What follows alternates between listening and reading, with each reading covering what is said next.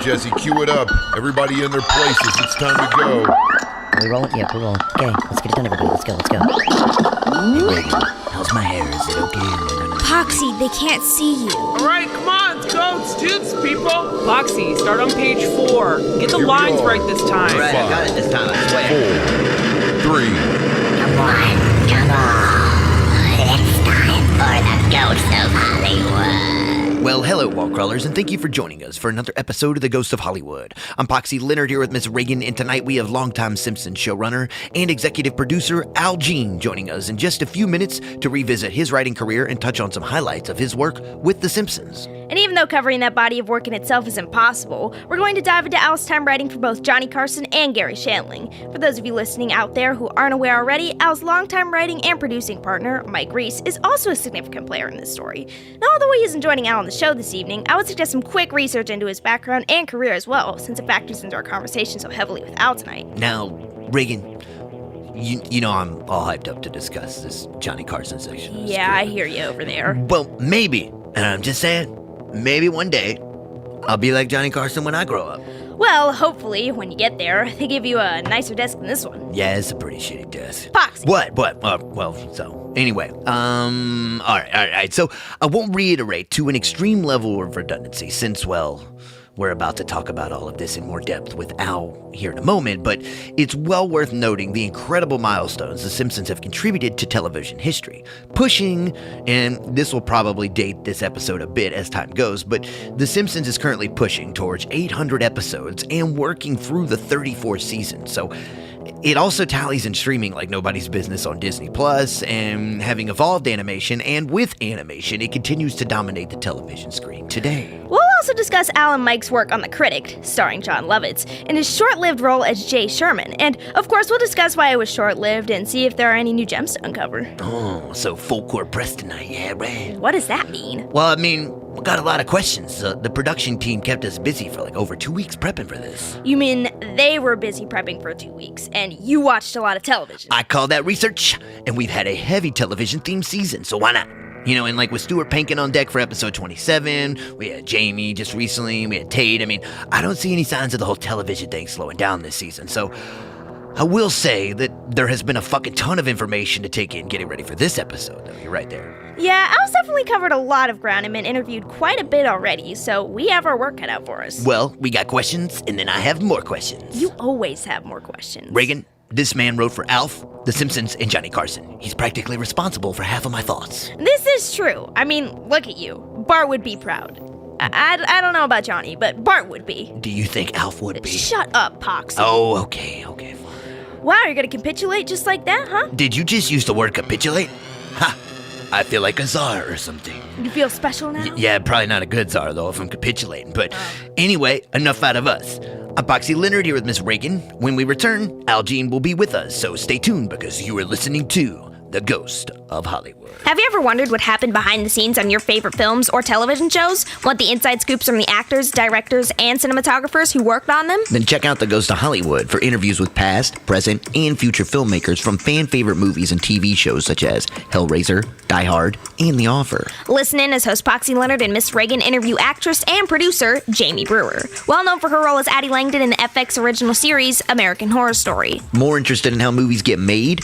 Check out our interview with casting director Jackie Birch, whose work with John Hughes on 16 Candles, The Breakfast Club, and Weird Science catapulted stars such as Judd Nelson to international fame. The Ghost of Hollywood takes you on set as we discuss the best of cult classic cinema, nostalgic television shows, and blockbuster hits with the actors, directors, and screenwriters who worked on them. Catch the latest episode of The Ghost of Hollywood wherever you get your podcast. And while you're at it, don't forget to visit our website and sign up for our monthly newsletter for all the latest updates and episodes at theghostofhollywood.com. Welcome back to The Ghost of Hollywood. I'm Poxy Leonard here with Miss Reagan, and tonight we are excited to have Al Jean join us on the show to discuss his career as a comedy writer, executive producer, and longtime showrunner for the sitcom The Simpsons.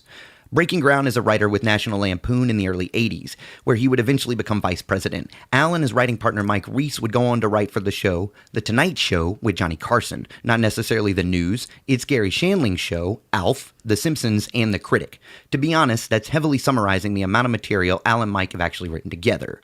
After acting as showrunner for The Simpsons during seasons 3 and 4, Al and Mike would go to work developing The Critic, starring John Lovitz, which was also produced by Gracie Films and James L. Brooks.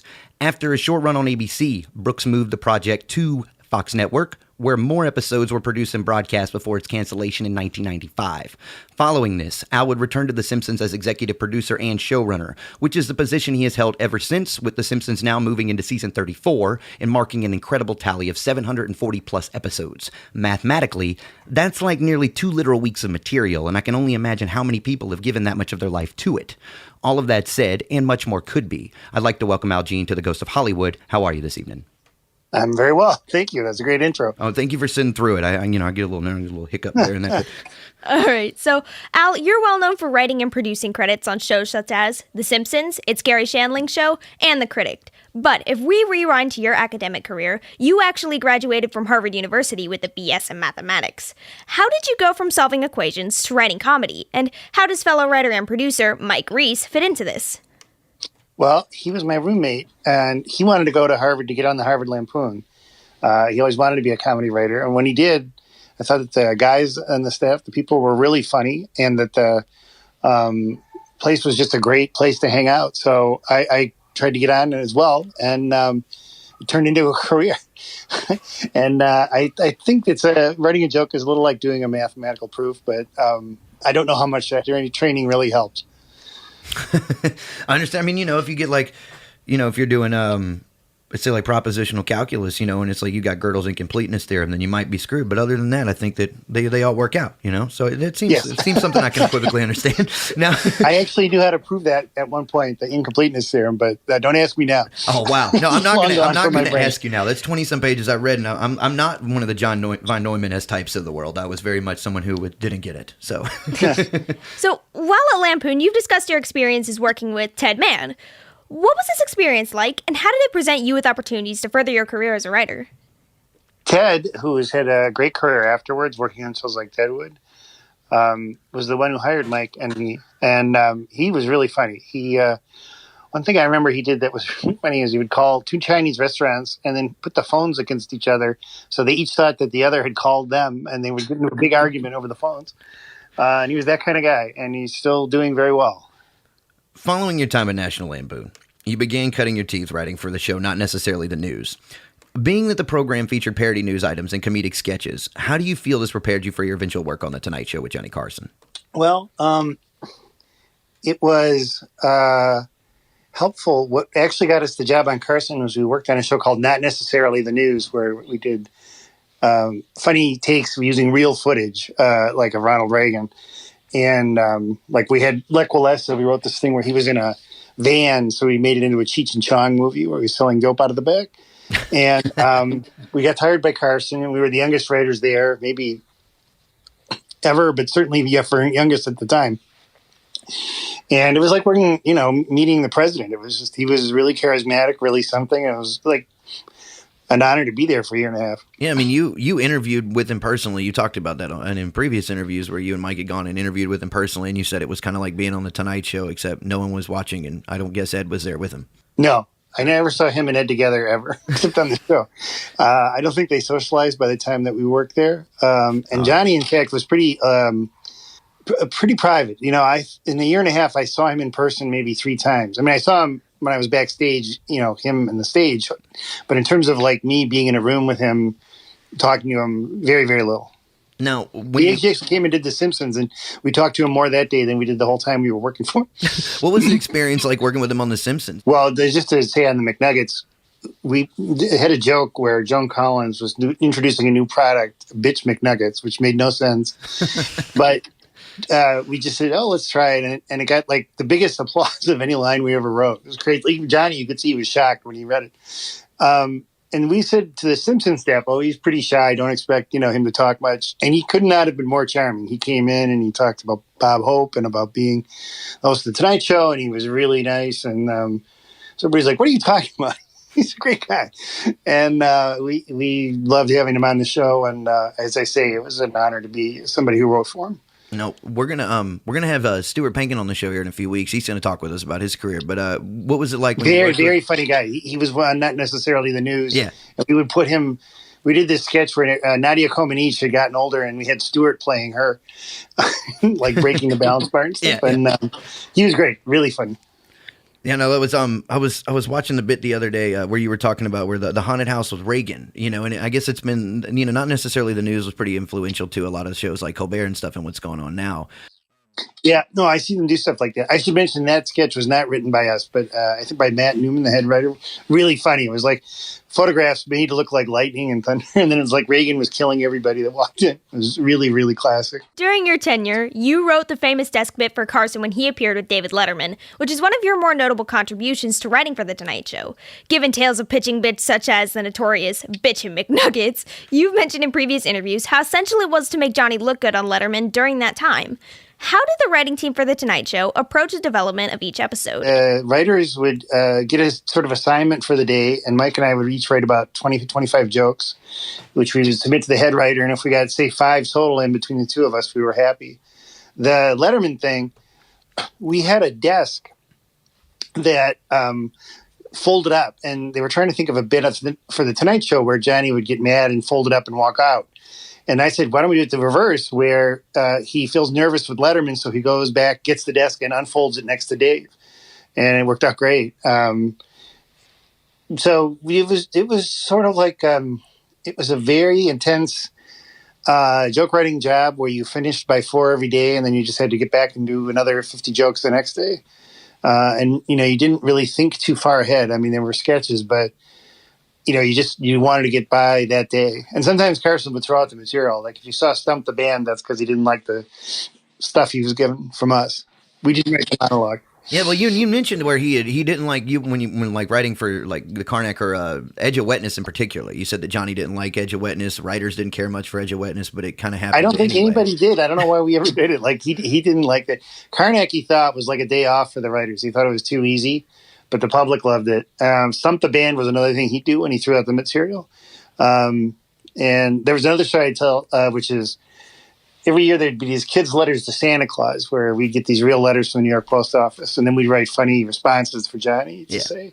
And he goes, you can't make this stuff up. And then one year the head writer comes in and goes, the kids' letters stink. You got to make them up. So we wrote the letters and the answers that year. No way. That's true. It's a true story. So what was it like writing kids' letters for Carson? That's pretty unique. That's kind of a challenge. It was weird because you're like, setting it up like, I want a chicken for Christmas, and then, you'll get the McNuggets. That's the level we were at. Now, did you have to write for Joan Rivers when she filled in for the show? Because I know that or were you there during her stint before her and Johnny fell out, or was? We were. Okay. We were. She would send us a list of topics, and 2 stories I'll tell were one day, Edgar, her husband, who later sadly committed suicide, had a heart attack. And we're like, oh, God, was Johnny even going to do a monologue? And the topics came from her, which was like Edgar's heart attack, Edgar chasing nurses around the hospital. And then the other thing was we wrote all these jokes about the space shuttle, and we gave them to the assistant, and she goes, are you out of your minds? And we go, what? What happened to the space shuttle? And then we walked out and we saw the Challenger disaster. And we were like, God. Yeah. That day, she did not do material. Well, you've had, I guess, you've talked about having to do redactions previously on different programs, given, what's going on socially in the news or something, if something changes. Now, I know now there's a story about Mike, somebody popping balloons on him with the cigar, and then he's down to his undies at an office party with the shirt that says "I love Johnny" or something. Now, you've always that was at the anniversary party after the anniversary show. He would ask the writers to perform. So one year we were chosen, and I played the piano, and Mike did this very, very mild striptease. What was the project that you were working to, though? Because you didn't come back. You were busy at the time you'd been asked to return. So what was the project you had moved on to? Yeah, we went to Sledgehammer, the sitcom with David Rashi, who is on Succession now. I'm glad. He's a great actor. And we were called up in October and said, do you want to come back to The Tonight Show? But we were unavailable. So it was probably good because the Sledgehammer gig led to Alf and Gary Shandling's show and then the Simpsons. So, I mean, I'm sure in the end it was the right thing. And I should mention Alf, guest stars on this. Oh, no way. We got Paul Fusco. Yep. I mean, it's very brief, but he's on it. So that was kind of a thrill. How was it working with him again then? I mean, all these years later. Great. He sounds exactly the same. I mean, exactly. Like no difference from 40 years ago. Oh, man. I can almost do Alf. I can't. Hey, Well, Kitty, how are if you watch Sunday night, you'll hear him. Yeah, that'll be great. All right. Anyway, go ahead, Reagan. Well, shortly after your departure from The Tonight Show, you began working as an executive story editor on the show, Alf. So this work lasted a year until you left after being denied producing credits. What's the story behind this? Well, it was weird because these shows were both produced by the Burlstein Company, but the Shandling Show wanted to hire us. Originally, we had gotten work because of a Spec Golden Girls we wrote, where the B. Arthur character had an accident with Mother Teresa, and everybody called her a nun basher and things like that. And Gary liked the script, but didn't hire us right away on the show. He hired us to write jokes for him when he hosted The Tonight Show. And then he said, "Oh, I want you on my show." And Alf said, "Well, Alf was not going to promote us to producers, so the Shandling Show eventually did." And it was also, I was a fan of both shows, but I mean, the Shandling Show I thought was brilliant from the start. The first couple of years where we were not there, it was funny as any show ever. Well, that's what you had mentioned in previous interviews where, didn't you? You wrote bits for Shandling when he was on The Tonight Show, and you kind of tried to get in working, Yes. writing for the show, and it was kind of, you were led on for a while before this materialized, right? Well, what was funny is we were at Sledgehammer and we were like, sort of sneaking around writing these jokes for Gary. And we said, "I hope our boss doesn't find out." And then our boss said, "By the way, I'm writing jokes for Gary Shandling." It's like, how many writers does Gary have working for him? It was very funny. Well, with how many writers were working for him at that time? Did he have a large writing team for the show? I have no idea. And he didn't need any. He's really brilliant. He was a really brilliant guy. But I know Dennis Miller actually would come to the show with him. And we'd always get angry because Dennis Miller would talk down the jokes that he didn't write, like the ones we submitted. Oh. And you were like, "Oh, don't listen to him." But Gary, again, needed no help to be super funny. Yeah, I was watching that bit with that famous bit with the Larry Sanders Show the other night when Robin Williams is on there talking about looking like an Irish pimp. Yeah. Yeah.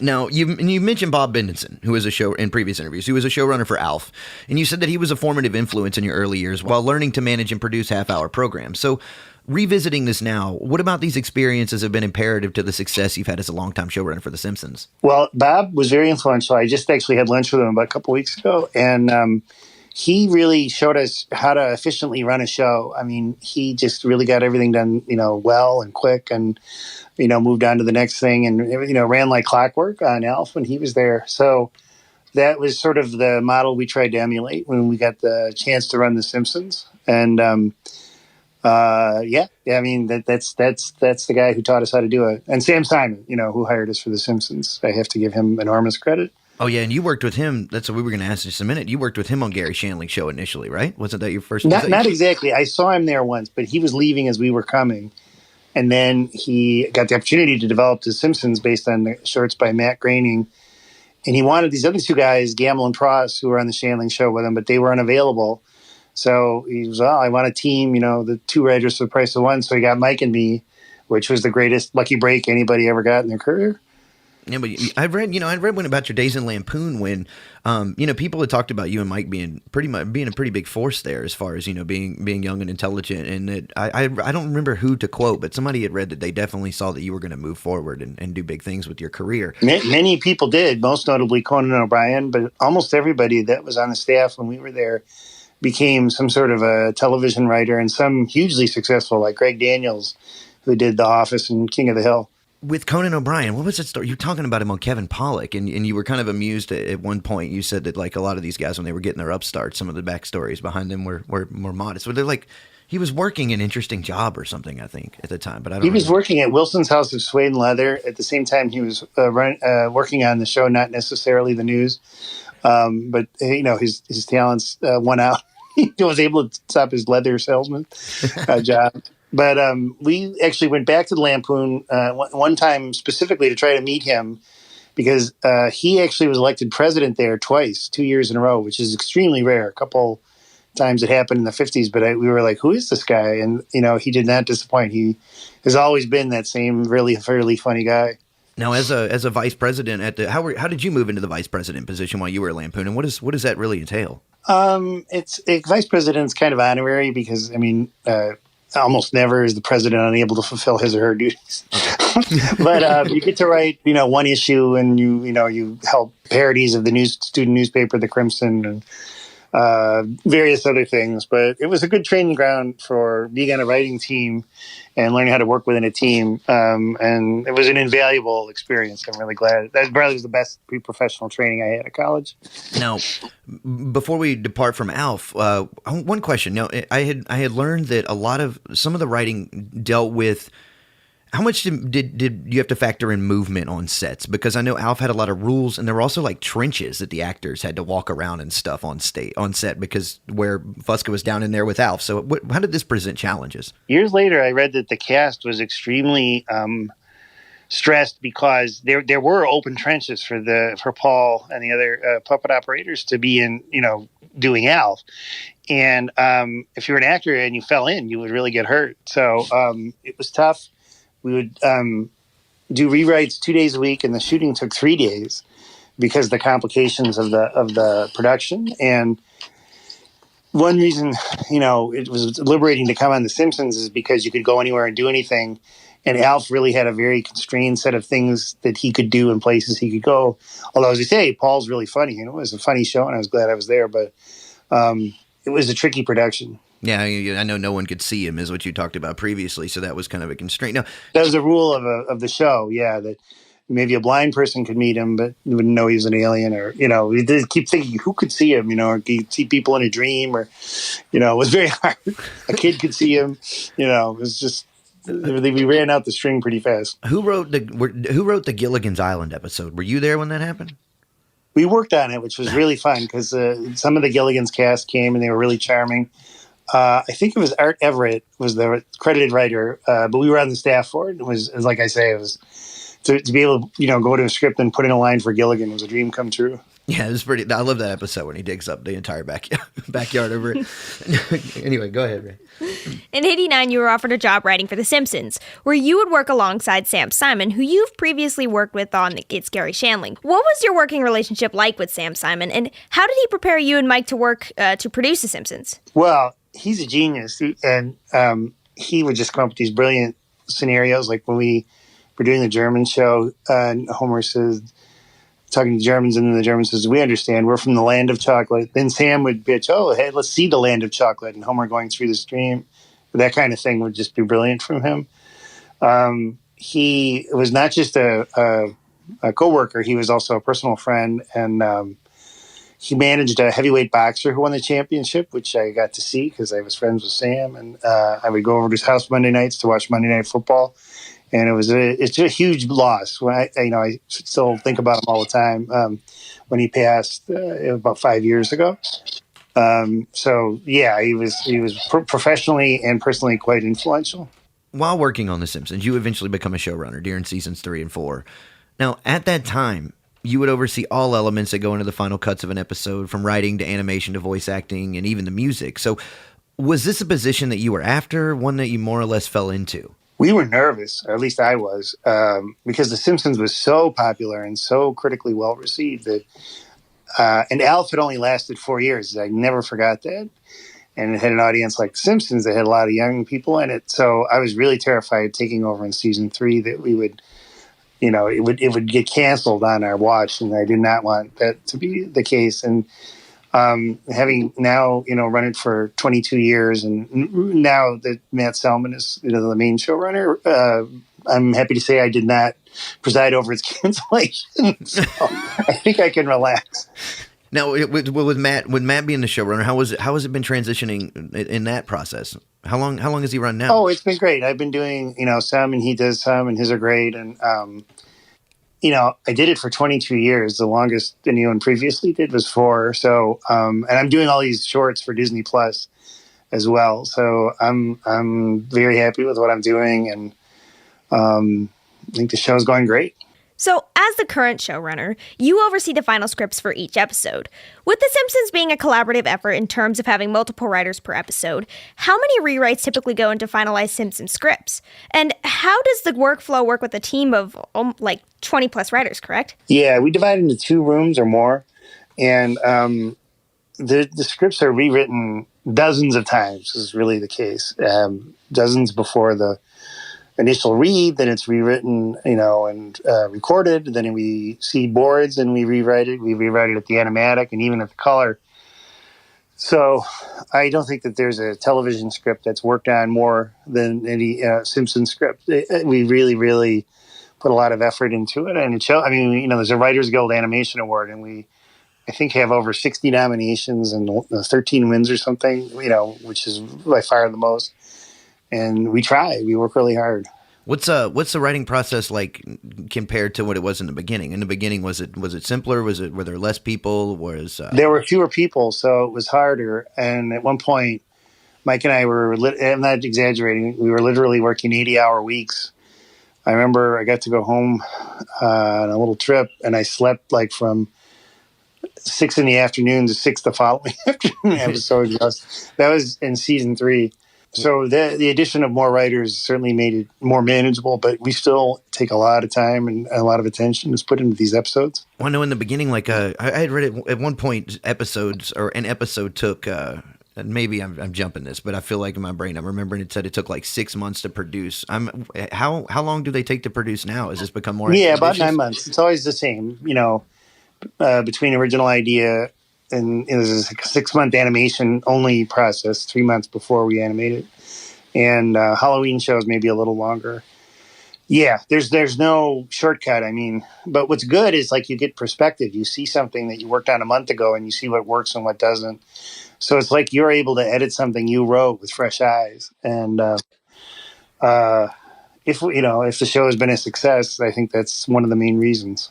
Yeah, fresh eyes and ears they usually change perspective, especially when you're working on visual and audio stuff. You can come back and you get hung up on meticulous things, and then later other things present themselves. Given that a lot of your work up until this point involves constructing sketches and writing for live actors on sitcoms, can you tell us about the transition in originally when you went to writing for an animated series and how this opened the doors to different comedic writing styles and subject matter? Well, it was interesting because their first couple scripts.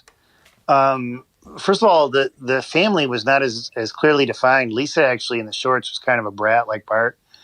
And the second script we wrote, Moaning Lisa, was one of the ones that really helped define her. Yeah, you just did a follow-up to that this season, didn't you? We did. We did a follow-up with introducing the son of Bleeding Gums Murphy, played by an actor who was born without being able to hear. He was great. His name is John Autry, and the writer Lonnie Suss wrote this from experience in her family, and I was a real thrill to do it.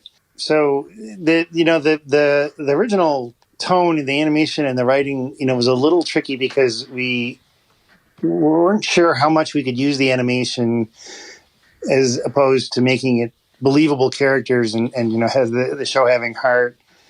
And then I would say the way that Mike and I influenced the process is we just added more rewrites. We would do a much bigger rewrite when the animatic came in than previously, and then now we do an even bigger one when the storyboards are in. So it's just been more layers added to the onion. What was it like working when you first went to work with Nancy Cartwright and Dan Castaneda and you got Yardley Smith and Julie Kavner, when you're working with that core group? And I know there's been several other people involved, but what was it like when you first met them and you began to work with them? How do you develop a symbiosis with these actors? Yeah, they're all really nice. It's been really fun. My main impression was, wow, they're talented. Several of them, like Nancy and Dan, do multiple voices and do characters that talk to each other.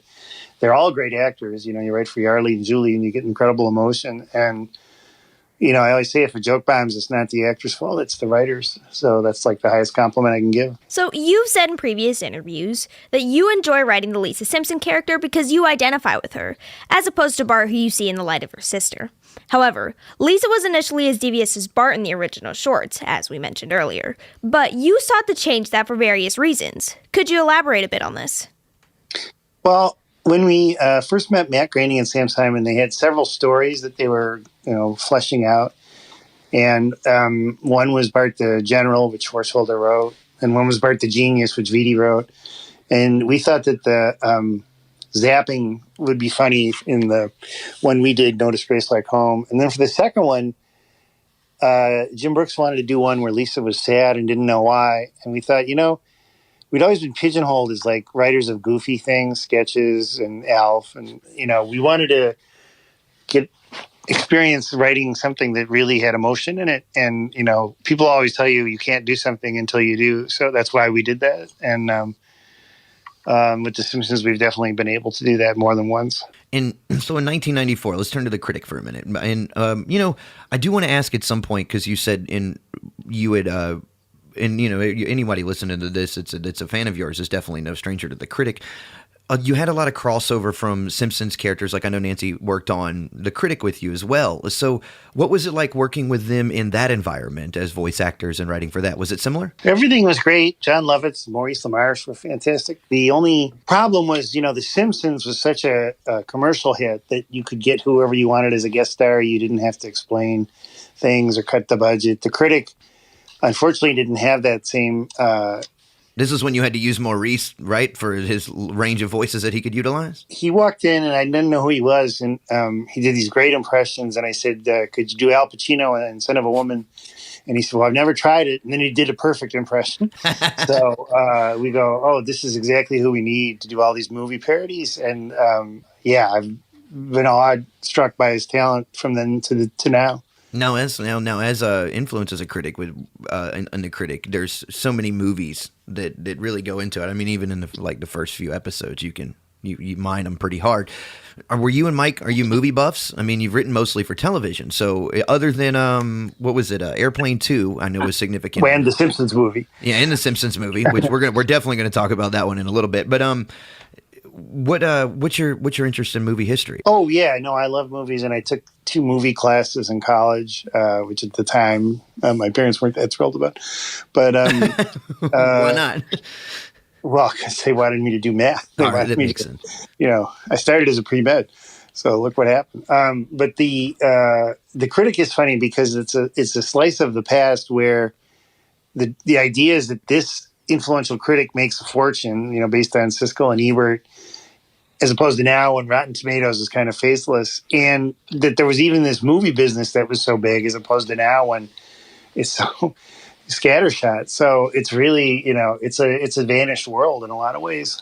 That is very true. Now, not to mention, sadly, the World Trade Center is in the opening credits of every episode. Yeah, so it kind of holds its time. What about the animation when you had to for the critic? What was it like working on the animation for that show? Or, the animation team was the same one for The Simpsons, I believe, at the time. But there's definitely some differences. There were similar people. Rich Moore was a Simpsons director, but I have to say how much I learned to appreciate Matt Groening's design sense, because Simpsons characters are so great, so simple that you could ask a 5-year-old to draw Bart and they could do it, and you could show it to someone and they'll recognize that's Bart. And we kind of borrowed from different sources, so that was a real mix in our show. And we actually redesigned Jay to make him more, softer, rounder character in the second season. So design is tough. That's actually one thing that trips up a lot of animated shows is design and just the basic look. Because people either like it or they don't. Now, when you all. I mean, you were there when the designing for after the Simpsons shorts from Tracy Ullman and Love and Hell come into what they are, known and more identifiably in the earlier seasons with the animation in the very beginning. What was it like transitioning out of that into what became known as the Simpsons now? I think that people say, oh, the Simpsons was sort of underground and crazy in its animation, but that was really changed by as early as season 2. There were a lot of refinements and style packs, and the characters certainly are designed to stand out, but they are it's won 11 animated program Emmys, which that's for the animation as well as the writing. It's the look is huge, and we had brilliant directors work on it, some who've gone on to win Oscars. When Jim Brooks approached you about developing a show centered around the concept of daytime television, you borrowed from a pitch you and Reese had previously made to Groening in regards to a Krusty the Clown spinoff. With John Lovitz in mind but unable to commit to a physical role, the show moved forward as an animated program. When production began, what were some of the challenges you would face preparing it for its initial broadcast? The biggest challenge, besides the design challenge, which I just mentioned, was that we were on ABC due to Jim Brooks's deal with that network. And we always thought there wasn't a great place for us on the ABC schedule. And we did actually move to Fox, where we did a lot better. And that was the biggest thing. It was just a show that wasn't like anything else ABC had at the time. And they put us after Home Improvement, which was an enormous hit, but it was not, interested as much in what we were doing, that audience. Now, how did you end up initially signing that 3-year deal with Disney to develop the programs for ABC? Because you tried, there was Teen Angel while you were there too, right? Well, that was different. That was our deal. After The Critic was canceled, we went to Disney for 3 years, and we did Teen Angel and a bunch of pilots that weren't shot. And I every day, pretty much, I said I wish I was back on The Simpsons, because again, when you're creating your own show, you have to like prove it works and make people believe it's commercial. But The Simpsons didn't have to ever prove that. It actually, people knew that this show works and people like it, and it's worth investing your money in. Now, how did it go when you originally had to pitch The Critic to ABC? Like you were saying, I know you said it was. You mentioned it being different as far as not having that grounding. So when you originally pitched it, Jim Brooks' involvement was pretty heavy with that as well, right?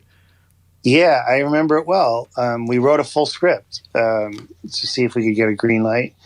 And Bob Iger was running ABC then. He read it and he said, "I like this. It's a gamble, but I'm going to try it."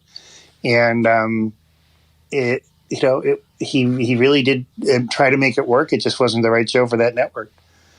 What was it like when you got John Lovitz involved? What was it like working with him as writing for him as a voice actor? Because he's done a lot of live acting, but uniquely. Oh, he's really funny. I mean, it was tricky because we didn't have a script yet when we first met him, and Jim wanted him to commit, and he's like, "Well, I want to read the script," and his request was reasonable, but we did write the script, and he did agree, and yeah, it's been a pleasure. He's a friend still. Now, following the completion of season 4 of The Simpsons, so. At that point, did you all actually like literally leave to work on The Critic and then come back? I mean, because I know in interviews Mike's talked about how he's just been long run with The Simpsons at points. What's the chronology here as far as first we were consulting The Simpsons while we were working on The Critic. We were doing 1 day a week as David Merkin was running it. Then we got a deal to do 4 of our own episodes yearly, which Mike and I would produce separate from the regular writing staff, because at that time they wanted as many episodes as they could get per year. Okay. So that's when we did like the Mary Poppins episode, the X-Files episode, Lisa Sachs. And then I went back full-time. Mike decided he didn't want to, be show running and with all the work day to day, although he still writes a ton of stuff. So I individually wrote something by myself and went back in season 10, and I've been there solo since. What was it like? I mean, there's not really a break would be a poor description, but what was it like kind of at being on your own at some point? I mean, I know a lot of writing teams, there's a, like say if we're talking like Brackett and Wilder or anybody, there's usually a talker and then there's a writer. What was your style like when you wrote with Mike? Well, he's really funny. Anybody who'd be his writing partner would have a huge asset in him. But there were advantages when I was like, hey, I can write whenever I want. Like, I don't have to like schedule it. I can do it at midnight if I want. And the money doubled. That was good. Yeah. And I mean, I work with him still. He works, as a consultant on The Simpsons. But yeah, there's pluses and minuses. But, when you're writing with somebody funny, it definitely, you get something funny faster and better. Now, what was it like growing up? I mean, when you started writing for The Simpsons, you would have been, what, in your late 20s? I was 29 in 1990. Yeah. So what was I mean, you and Mike have grown up together. What's it been like, growing up with The Simpsons in a way? As you said, you identified with Grandpa more now, is what you were saying when we talked off the air. It's true. I do. And what's funny is that it's just unique because this is a phenomenon I've seen from the inside. So there's this thing that like the whole world knows and people quote it a lot, and it's part of the culture. And I observed it from inside the whole time, and that's pretty neat. So back on The Critic, Brooks you move it over to Fox at some point. When's the transition when you move it over to Fox? How does this take place? Well, ABC canceled it, like I said, because they really didn't have a place for it on their schedule. Yeah. And Fox, of course, could put it after The Simpsons, so we took it to the Fox. And they said they wanted us to test it and make the main character more likable, which we did. And then it worked on Fox pretty well, but someone else took over the network after we had gotten it on. And they, when people take over the network, they often cancel the projects that people, did before them. And that's what happened with us. That makes sense. Transitioning back to The Simpsons for a moment. So, during season 6, an episode titled A Star Is Burns was aired, which was a crossover episode featuring the Jay Sherman character from The Critic. At the time, Simpsons co-creator Matt Groening was not happy about this crossover. How did this rift affect the future of The Critic? And what difficulties did it present once Fox canceled the program? Oh, it wasn't... it had no lasting negative impact. We... did the one crossover, which I think was a good episode of its own. And I like crossovers. We did a Futurama crossover years later with The Simpsons. And so You've also done several other ones too. I mean, you've done ones with Bob Burgers now, and then there's a Family Guy crossover. So you've collaborated in a multitude of ways as the years. Yes, the Family Guy one, they approached us and they wrote that one. And yeah, I think people really like them. I don't want to, I think once is enough for all of them, but I think, I get why people like to see them, and I get why it's fun. How about in the in the earlier Simpsons episodes when you had, what's the one where there's like it almost has like a geodesic appearance to it, where like Homer goes into the 3-dimensional, and what was it like developing the animation or working around those episodes then when they were kind of different, as far as unconventional for the animation style at the time? I mean, I know the process hadn't changed until season 13, but we didn't work on the 3D episode. Bill Oakley and Josh Weinstein did. And I believe they got the studio at the time to do it for free as a promotion. And, I have to say, for that time, it was dazzling. I thought it was, incredible. And I suggested they nominate it for an Emmy, which they did. But it didn't win. I felt guilty, but I was like, I don't know why it didn't win. I mean, what won that? What outdid it? What outdid it? Do you remember? I'm not sure. I think it was Pinky and the Brain Christmas special. Oh, all right. Now, James, we've been talking about, Jim Brooks or James L. Brooks a couple of times, but you've mentioned in past interviews that his work on the Mary Tyler Moore Show was influential in your approach to writing and producing for television. As the Mary Tyler Moore Show, you have said, could be viewed as an ideal 30-minute program. So do you feel that his influence, through his influence, that you have been able to derive a formula for the success you've experienced in your career with The Simpsons and elsewhere? Well, I watched Mary Tyler Moore Show at age 10 and loved it, and watched it with my parents who loved it. And, Jim's shows always have this incredible mixture of being funny and also being having heart. And that's what we've always striven to do on The Simpsons. We're not, perfect, but that's the goal. And he really brought something unique. I mean, he's had hit shows in every decade since the 60s, which is really amazing. Yeah. And still working hard now. What's it like working with him as now that you've both been, working together, about probably 4 decades now almost? Oh, he's great. He's really brilliant. And he never, goes, oh, I'm, Mr. Mary Tyler Moore Show, you have to do it my way. He's open to ideas. He's really funny and just wants the best product. So it's been a pleasure. You made your return to The Simpsons during its 10th season and resumed your position as a showrunner by season 13. What was different this time around? Well, there were the 2 rooms, which Scully had introduced, Mike Scully. And, there are a lot of things that had happened while I was shortening the show. One was the Simpsons movie. One was the switch to HD animation and to doing color in the computer as opposed to ink and paint. So the show never, had any sort of time off to adjust to this stuff. We just absorbed everything as it came, like a speed bump. And fingers crossed, everything worked out pretty well. The movie was a hit, and we're still on, which is amazing. Now, The Simpsons is translated into 15 different languages and is subtitled in 27. And I know you've talked about, your relationships or having worked with different voice actors in different countries in the past. What goes into translating the show into other languages, being that some cultural differences may restrict or even censor the premise for certain jokes? And do you utilize writing teams for this process as well? Well, we originally cast a bunch of really funny people in all the languages the show's in. The production team in the other countries, translates and make some changes, but they try to stick close to the original script. And that's one reason, the show's been successful overseas, that and the fact that the actors they've cast are really popular. But, we don't say, oh, well, if we can't do this in, Iran or something, and so we'll cut it. We just try to write the show that's funny to us. So, 20th Century Fox greenlit a full-length Simpsons movie project in 1997, with development beginning around 2001. Given that production of the movie took place alongside the television show, what difficulties did you face developing, producing, and showrunning for The Simpsons on two fronts? Yeah, actually, the dates are a little different, which was the cast signed a new contract, I think, in 2001. All right. That committed them to do a movie. We started working on it right before Thanksgiving 2003, and Matt Groening pitched that Homer has a problem with a pet pig where you can't dispose of the waste.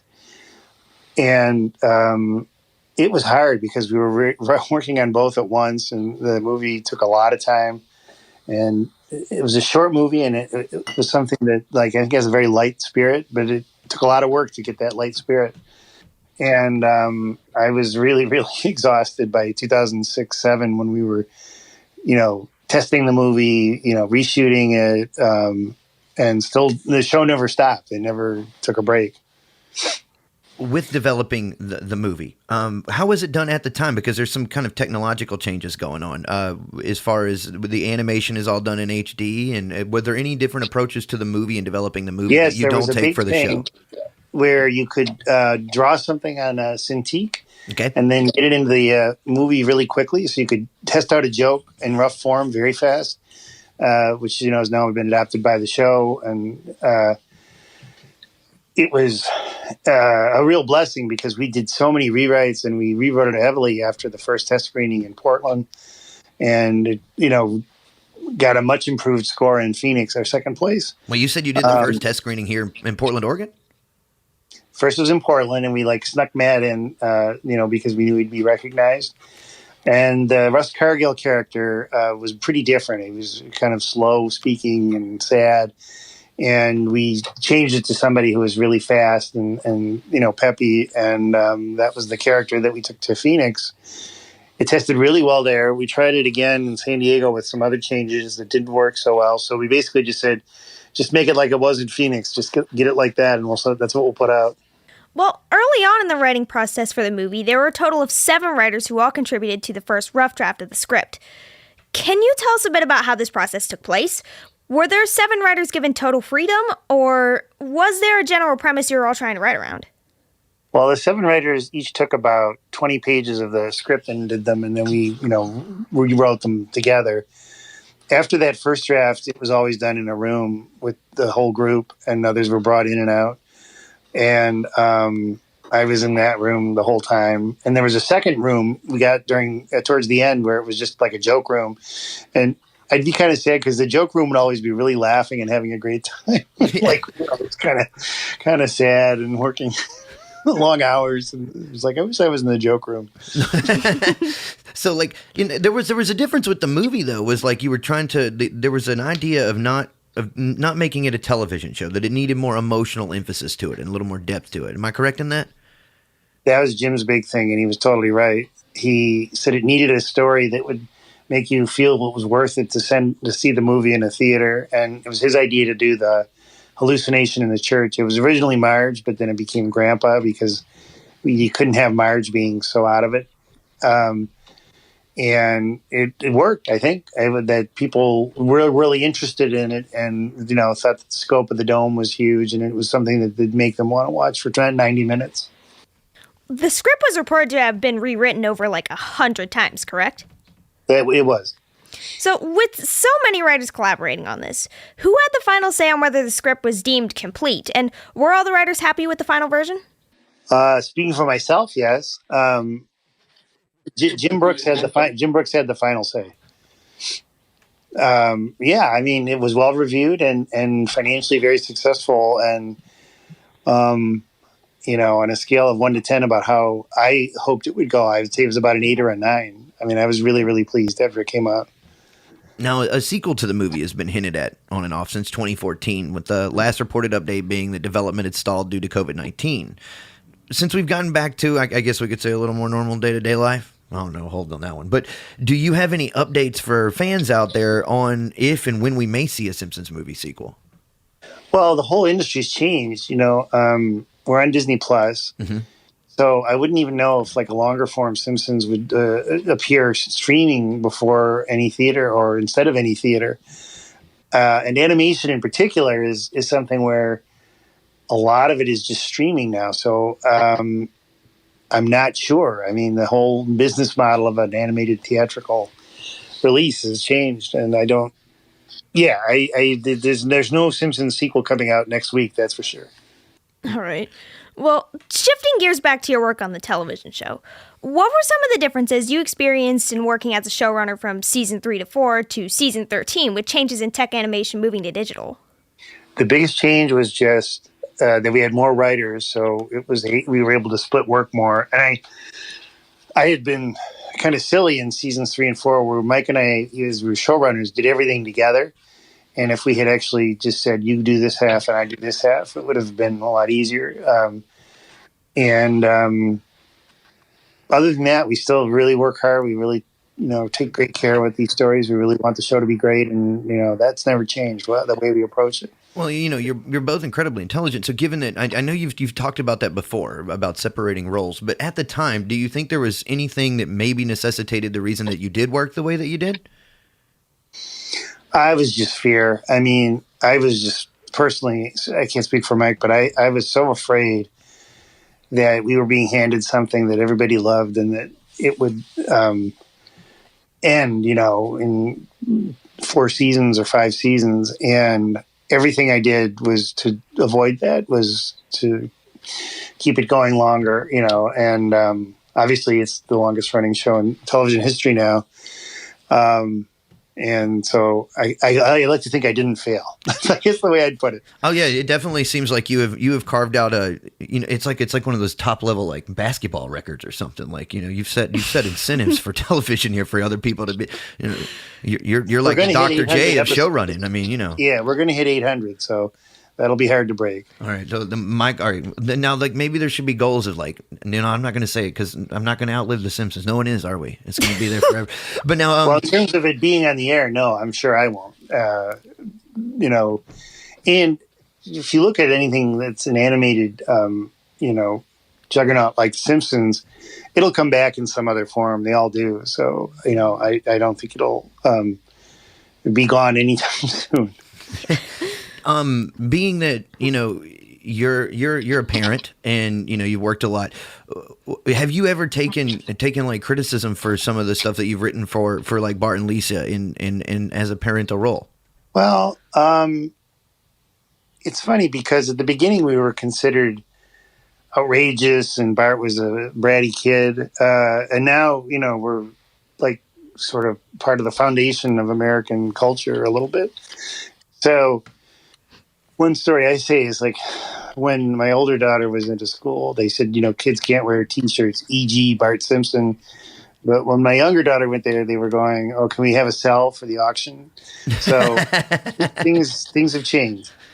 Makes sense. Now, so currently, and you've talked about like the processes of having to redo a script when it comes to retakes with coloring and rewrites. And you were mentioning this 10 years ago during an Archive with American Television interview. How does that factor in today as far as production? Because I know that you've said at points that the Simpsons budget has been either condensed at certain points, or I don't know where it stands now. But how does this go into the day-to-day play out? Are things gotten easier technologically with coloring and rewrites and being able to revamp it late in the game, or are they more difficult? The process enables you to do certain things much easier. Like if you have a character that's a certain color and you want to change that color, you can do it much easier on a computer than you could with ink and paint where you have to physically redo it. There are other things that are a little more difficult, like when you do a pull-out, it sometimes looks a little funky. But in general, digitizing has made things easier to do and easier to change fast. What about the depth of it? Because I know you talk about, say, like in the earlier episodes, like I was watching one today, one of the newer episodes of Lisa and the Octopus, and I paused it for a minute in the frame, and in her closet, you're seeing, like, if you look around the room, there's a lot of detail. Like even there's like the Gums Murphy like record on the floor to the left there. And you've talked previously about how, like, say in a library, there could be scribbles on the spines and stuff when the It used to be, yeah, but in digital, in HD, you can't do that. Yeah, so do you write for it differently in that sense, like as far as optimizing the background? Work. I mean, you have to really plan things out and not shorthand them. It's in some ways, a lot more work. How has humor for The Simpsons been affected by the changes in what's to be considered socially acceptable in comedy throughout the years? And at what point in time has it made more sense to produce material which goes against the grain? I think that we've just been true to ourselves, and obviously the spectrum has moved in a lot of different ways since we started. And there are things that are now more outrageous in animation than us, but we don't try to top, that. We just try to do the show that we do and is consistent with what people expect from us. What about as far as like the chronology of things? Because The Simpsons has always kind of had this static model in a certain sense, but there is like cultural continuity. For instance, like when you do flashbacks for when Marge and Homer were young, or like in the newer episode that was a follow up to Moaning Lisa, where where she asked Bleeding Gums what a phone book is, and at the end he asked her what a website is. So. And she says, over 4 decades, there's like little innuendos that are buried everywhere that deal with kind of chronological mix-ups, just to kind of that are very clever. How does that factor in when kind of keeping this continuity yet incorporating contemporary components of culture? Well, Brad Bird warned us, and Matt Groening also had qualms about placing us at any particular time, because now Homer and Marge theoretically graduated in 1974, which was 50 years ago. Yeah. And there is a trick, it's a problem with placing it in a certain era, because on the other hand, they're the same age, so now when we do, say, flashback shows, we tend not to do as much of a reference to the time that it occurred as just to the time in the lives of these characters that we're showing. That makes sense. Do you find that there is a formula for the humor and the comedy that has allowed the show to stand the test of time? Oh, sure. Yeah. I mean, the fact that it's animated and the characters don't age is a huge factor in its success. And people watch the old episodes and they learn, certain things that they didn't know, but they also, I think, see stuff that translates pretty well to today in most part. Yeah, I would agree. There's like I said, the Easter eggs in there are phenomenal. Like, and I was reading earlier the recent episode where you had done where the slip, what's the shoes, the slipremes, was that what it was called? Where there's the shoes that are fabricated, and then Homer buys the rip off ones and Bart gets them. But you make the right. You make there's the point when you make that kind of reference to Ed Hardy in the whole collapse of Ed Hardy, and there's a lot of clever things. I mean, that's smart writing in a sense that, because it sent me like doing research on Ed Hardy and this $700 million collapse for like 25 minutes. Do you have a lot of your audience that actually learns things that are from these little innuendos that are in the show? I would say that when I was young, I learned a lot of stuff from Bullwinkle, or I would see stuff that I didn't get until I was older, and we've always tried to do that. Stuff that you would see as a kid, and you go, "Oh, I know what that's a reference to." There's things that kids like, and then there's things that you only get when you're older. That's true. So you write. So you write for a broad audience, so to speak. Like, do you see that there's a point or a purpose in being able to relate to, like, say, fathers through Homer Simpson in a way that Al Bundy was relatable, or we don't write down to the audience, and we figure that. Kids will watch the show because of the animation. So we generally, have them in the pocket, and we just try to make it something that you could enjoy as an adult. That's the secret, really, of any animation that's usually successful. Are there any unique challenges that arise, working with these animated series as the years go, say with the writers, do they do a lot of like when the voice actors are in booth together, are they responding and working together, or are they recording their lines individually? How do you direct for Well, an they animated did. show? We used to do that, but since COVID, which is now 3 years, it's all separate. Occasionally, we will hook up two actors on links that are remote at the same time, but the group dynamic, which we used to have a lot, is different. Maybe it'll change in the future back a little more the way it was, but right now people tend to do it alone. Well, The Simpsons currently streams on Disney+, Fubo TV, and Hulu+. Has the ability to view the show anywhere at any time had any effect on its network ratings or the workflow of production, as it's still broadcast weekly on Fox? Well, definitely, we used to get ratings that were like 12s and 13s, and now we get a 0.3. So, but that's true of all, broadcast television. And the audience is fragmented and has many, many, many more choices. And I believe that we're the most watched show on Disney Plus. So it's hard to tell. All I can say is they picked this up for 2 more years on Fox, and, Disney Plus is very happy to have it. So I don't see any change coming soon. How's it been returning to Disney? I was listening to an interview earlier where you said that's where everyone ends up in their career at some point. So, well, I like working for Bob Iger, and I'm working for him again. So good. It's all good. All right, so in your career, you've received 9 Emmy Awards and 2 Peabodys, as well as Animation Writers Caucus Animation Award presented by the Writers Guild of America. As you look back on your career and your beginnings writing for the Lampoon at Harvard, how do you feel knowing that your talent for writing and humor would culminate in such prestigious acknowledgments? I'm constantly shocked by the people I meet, the work I'm involved in, the success of things that I have a little part of. Beyond my wildest dreams, and I never forget it. All right, Al, and we know you're short on time, so thank you for joining us here on The Ghost of Hollywood. We will let you go, but we appreciate you hanging out with Ragan and I this evening. Thank you. I really appreciate it. A very thorough interview. Thank you. And there you have it, wall crawlers. You've been hearing from longtime showrunner and executive producer of the show The Simpsons. That's Al Jean, that's right. And he's also well known for partnering with Mike Reiss to work on The Simpsons and The Critic and Johnny Carson show. It's Gary Shandling's show, not necessarily the news, Alf, you name it. We've discussed it, and there's plenty more that you can go out there and research if you haven't heard it here. So, you are listening to The Ghost of Hollywood. I'm Poxy Leonard here with Miss Ragan. Stay tuned. We'll be back right after these messages. Have you ever wondered what happened behind the scenes on your favorite films or television shows? Want the inside scoops from the actors, directors, and cinematographers who worked on them? Then check out The Ghost of Hollywood for interviews with past, present, and future filmmakers from fan-favorite movies and TV shows such as Hellraiser, Die Hard, and The Offer. Listen in as host Poxy Leonard and Miss Ragan interview actress and producer Jamie Brewer, well known for her role as Addie Langdon in the FX original series American Horror Story. More interested in how movies get made? Check out our interview with casting director Jackie Birch, whose work with John Hughes on 16 Candles, The Breakfast Club, and Weird Science catapulted stars such as Judd Nelson to international fame. The Ghost of Hollywood takes you on set as we discuss the best of cult classic cinema, nostalgic television shows, and blockbuster hits with the actors, directors, and screenwriters who worked on them. Catch the latest episode of The Ghost of Hollywood wherever you get your podcast. And while you're at it, don't forget to visit our website and sign up for our monthly newsletter for all the latest updates and episodes at theghostofhollywood.com.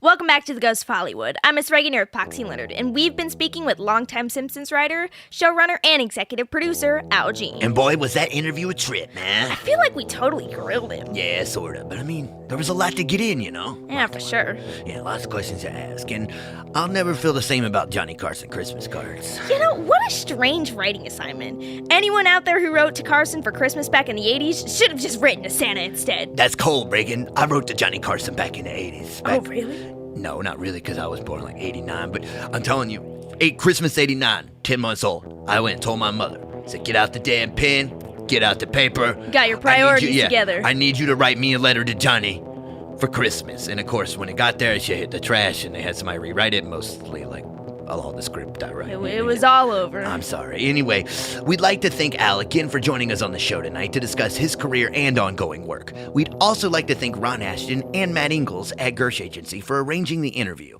and our career here at Ghost of Hollywood for putting everything together. Our career here at the Ghost of Hollywood. Damn put it! Everything together. Career, I meant to say crew. I'm talking about my career here at the Ghost Just of Hollywood. everything's about you, huh? It's You egocentric. can't even read the script. That's my middle name, Poxy, egocentric, Leonard. Or if you like me, That's accurate. Poxy, badass mother, Leonard. Hey. Yeah, what? Hey, you gotta watch your tone on here. I know, radio broadcast gonna be like, shut it down.